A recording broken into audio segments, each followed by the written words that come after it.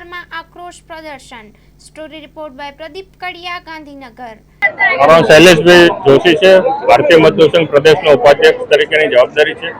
આજે આ ગાંધીનગર ખાતે આંગણવાડીની બહેનોના જે પ્રશ્નો હતા 5-6 મુખ્ય મેજર પ્રશ્નો, એમાં ખાસ કરીને બીઓએલની કામગીરી માટે, કારણ કે સરકારશ્રી દ્વારા અનેકવાર રજૂઆત કરવા છતાં, ચૂંટણી પંચમાં રજૂઆત કરવા છતાં બીએલઓની કામગીરીના મોટાભાગના ઓર્ડરો આ વખતે આંગણવાડી કાર્યકર્તાઓને આપવામાં આવેલા છે।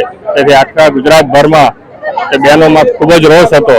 તે રોષ અને આ કામગીરી બીએલઓની છે, જે અમે અનેકવાર રજૂઆતો સરકારમાં પણ કરી છે કે ભાઈ આ કામગીરી અન્ય કોઈ કર્મચારીને, કાયમી કર્મચારીને સોંપો।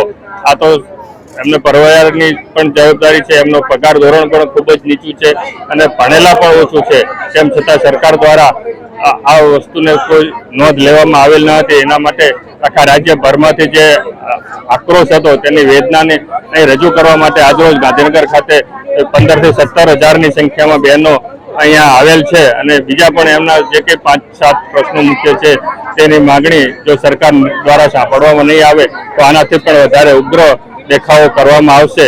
જે ભારતીય મજદૂર સંઘના ખૂબ જ રાત દિવસ મહેનત કરી અને આજરોજ આ બહેનો હજુ તો માત્ર થોડી સંખ્યામાં જ ઉપસ્થિત છે, પણ હજુ આગામી સમયમાં જો આની નોંધ લઈને યોગ્ય ઉકેલ નહીં આપવામાં આવે તો વધારેમાં વધારે સંખ્યામાં વધારે ઉગ્ર આંદોલન કરવામાં આવશે। જે ભારતીય મજદૂર સંઘની અપીલ છે।